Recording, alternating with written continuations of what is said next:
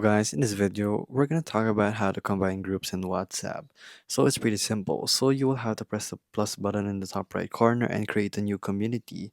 Once you have created a community right here, so actually, I don't know why I can't just go into it. So group info. So basically, all you have to do is I can let's just make a new one. So new community right here. Create a community name, test, create community, and then from there you'll be able to add groups and then add existing groups and then just add the groups right there. So it's just simple.